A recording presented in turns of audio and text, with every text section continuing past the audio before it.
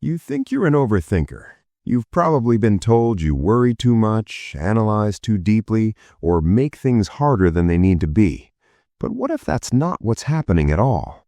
What if your mind isn't spinning in circles? What if it's playing mental chess? Most people think anxiety looks like fear, but there's a rarer form that looks like depth. It's the kind of anxiety that doesn't panic, it prepares, it scans. It layers meaning on top of meaning until nothing is accidental. If you recognize yourself in these habits, you're not mentally fragile, you're strategically wired. This is strategic anxiety, and it only shows up in people who think in layers, not lines. 1. You simulate conversations before they happen. You replay conversations in your head, sometimes before they even occur. Most people speak, then react. They process after something happens. You process before. This isn't social fear. This is mental simulation, a form of metacognition where your brain pre-tests reality. You're not anxious about talking. You're mentally editing outcomes to reduce friction, misalignment, and misunderstanding before it exists. That's not insecurity. That's strategic calibration. 2. You don't just ask what, you ask why this, why now. You instinctively search for underlying meaning. Most people see cause and effect as a straight line. Event happens, reaction follows. You see layers, context, motive, timing, pattern. This is depth-oriented cognition. Your brain doesn't accept surface explanations because it's designed for sense-making, not speed. You're not complicating reality, you're decoding it. 3. You feel tension when things don't add up. Inconsistencies bother you more than they bother others. Most people gloss over contradictions. They adapt emotionally and move on. You pause. That discomfort isn't anxiety, it's cognitive integrity. Your mind is structured around internal coherence. When something doesn't align, your system flags it as unresolved. That's not negativity, that's quality control. 4. You prepare for outcomes that probably won't happen.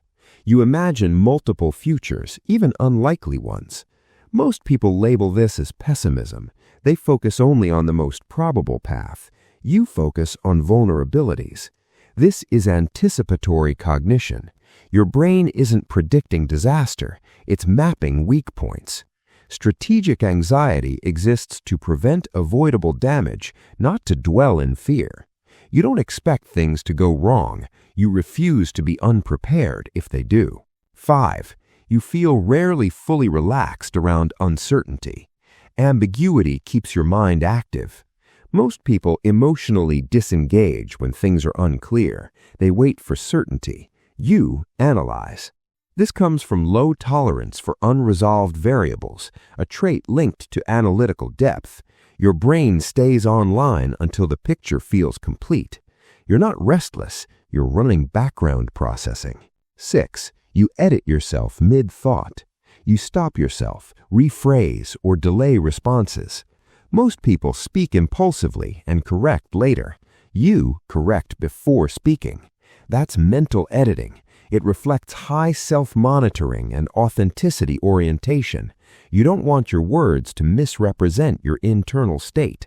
Silence for you isn't emptiness, it's refinement. 7. You struggle to just go with the flow. You prefer understanding over spontaneity. Most people relax by letting things unfold randomly. You relax once structure exists. Your nervous system isn't wired for chaos, it's wired for predictive clarity. Once you see the system, your anxiety drops. You don't resist life, you resist blindness. 8. You feel responsible for preventing problems others don't see. You often notice risks before they become visible. Most people react when issues surface. You intervene earlier, or at least mentally.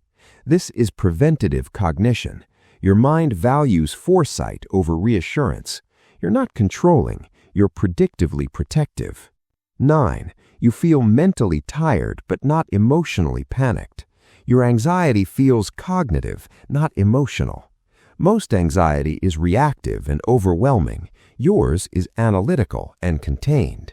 This indicates thinking-driven arousal, not fear-based dysregulation. Your mind is busy, not broken. 10. You've been told you overthink, but you know you're just seeing more. People minimize your depth as overanalysis. Most people stop thinking when something works. You stop when it makes sense. That's layered cognition. You don't loop, you stack meaning until the structure is sound.